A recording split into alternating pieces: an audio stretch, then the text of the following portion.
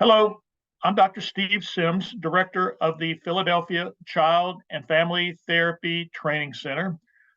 I would like to share with you that the training center occupies a prominent position in the history of family therapy, and I'd like to take a moment to tell you our story. Many years ago, a psychiatrist named Salvador Minuchin was working at a boys' school in Wiltwyck, New York. And they noticed that they were very successful in treating the kids at the center. But when they sent them home to their family in the poor sections of New York, they noticed they regressed.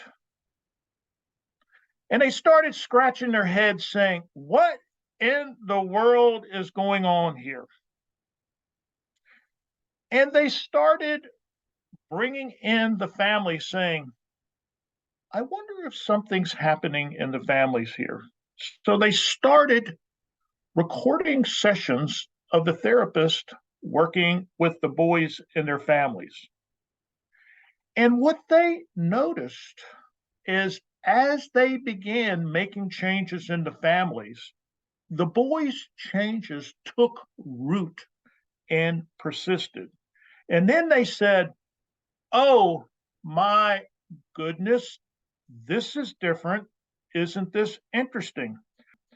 So they wrote a book called Families of the Slums, exploring their structure and treatment.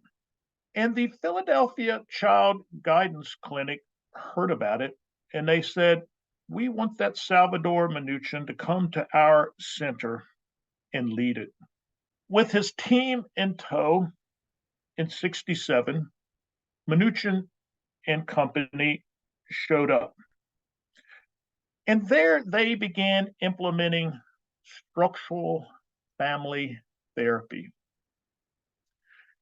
They began writing, publishing, training, and the word got out. Quickly, mental health professionals of all disciplines started flocking to the clinic. We want training in structural family therapy.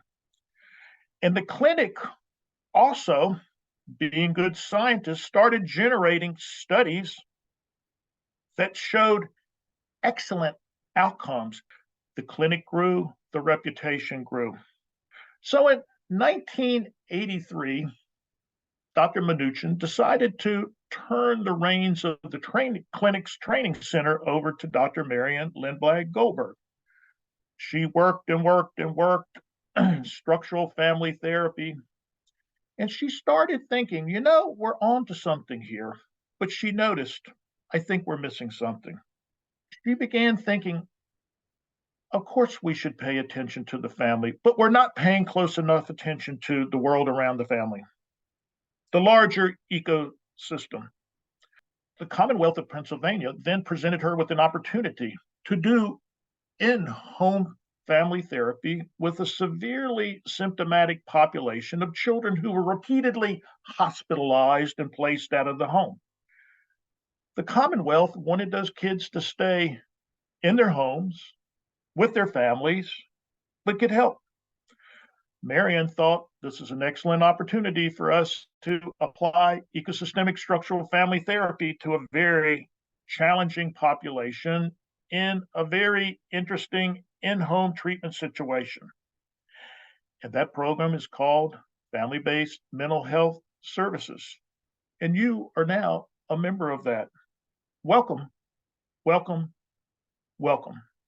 I would like to express my appreciation to you now for your decision to join us and tell you in advance, thank you for contributing to our legacy.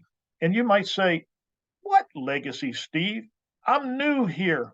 How am I contributing to this legacy? Let me tell you. You will be using Ecosystemic Structural Family Therapy. The training center will help you learn it through your supervisor. You'll implement it with your family-based partner. and your colleagues will be cheering you on. And what you will discover is how you're contributing to our legacy is as you are adherent to the model, as you practice being competent in implementing the model, you're going to generate excellent outcomes that basically says the child remains in the home and all of our important family measures go in the direction we want them to go. So in advance, thank you for your effort. Thank you for your contribution. And I appreciate you being a new member of our very large family.